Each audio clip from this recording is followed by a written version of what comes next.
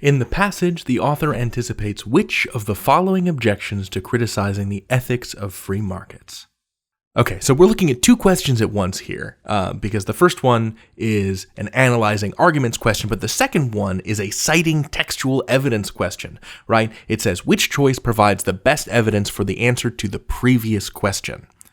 And when I see that phrasing, which choice provides evidence for the previous question's answer, that gives me a signal that I can do two at once. I can use the answer to 3 to help me find the answer to 2. So my plan for this question is I'm going to rip-rap, I'm going to rephrase if possible, and then go back to the text, read around and predict. But I'm going to read around and predict using these 4 different line citations to help narrow down my choices. So, okay, question 2. Let's rephrase this first, the R in RIP. In the passage, the author anticipates which of the following objections to criticizing the ethics of free markets. That feels a little complicated to me. Let me break that down and rephrase it. So we've got an objection to criticizing the ethics of free markets. So someone is saying free markets are unethical, and someone else is objecting to the idea that free markets are unethical. And the author is ready for it. The author has anticipated an objection. My interpretation of this question is, how does the author argue that free markets are ethical? And I'm going to phrase that as, free markets are good, actually.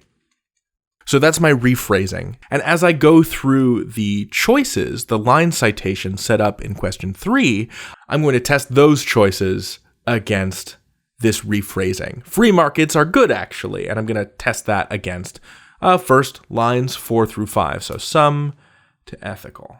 Here's line 4. Some argue that because the free markets allow for personal choice, they are already ethical. Okay. That kind of feels like it does say free markets are good, actually. I'm going to put a little star here.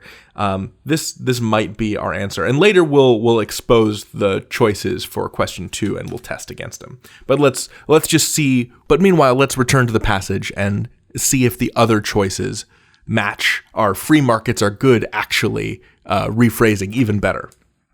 So lines 7 through 9, followed by 18 to 19. Okay, here's line 7. But before we can label any market outcome as immoral or sneer at economists who try to put a price on being ethical, we need to be clear on what we are talking about.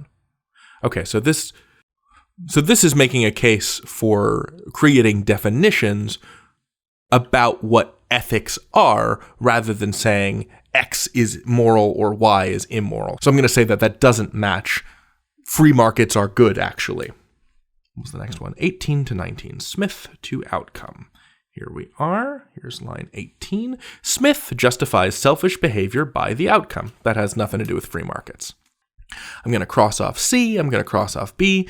Finally, choice D, lines 43 to 45. When to weigh. There's line 40, 41, 42, 43. When to weigh. Here we go. When a finance official refuses to devalue a currency because they have promised not to, they are defining ethics this way.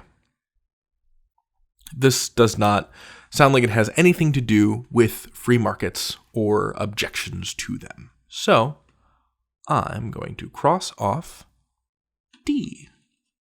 So now I'm pretty sure we have our answer for 3. Because it's the only thing that had anything to do with criticizing the ethics of free markets. So let's expose the choices. What do we got here? A. Smith's association of free markets with ethical behavior still applies today. Okay, I'm going to cross that off because the line citation we got has nothing to do with Adam Smith. B. Free markets are the best way to generate high profits, so ethics are a secondary consideration. This is not an argument that was made in the passage. I'm just going to cross it off. C. Free markets are ethical because they are made possible by devalued currency. Now, choice C here is connected to choice C in question 3 because they both had to do with devalued currency. However, this line citation, lines 18 through 19, had nothing to do with free markets. Didn't mention them at all. So, finally, D, free markets are ethical because they enable individuals to make choices. And that feels right to me. Let's return to the citation one more time. Some argue that because free markets allow for personal choice, they are already ethical. Okay, so free markets are ethical because they enable individuals to make choices. That's pretty much exactly what's being said.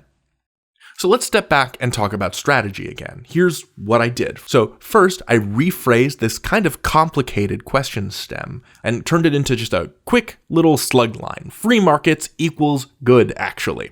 And then I took my rephrasing and I kind of used it as a prediction to test against the choices in question 3. I was looking for a choice that defended free markets as good. And once I found that, I knew it would be short work to return to question 2, expose the choices, and find something that matched its own evidence. Because what can happen on the test is you will see things like choice C, where it brings up devalued currency, right? Which is something that was indeed in the passage, but has no bearing on this particular question. What I like about this strategy is it makes me feel confident about both of these answers because they both feed into each other. And the feelings of confidence and of decisiveness are two of the most powerful tools you can bring with you on test day.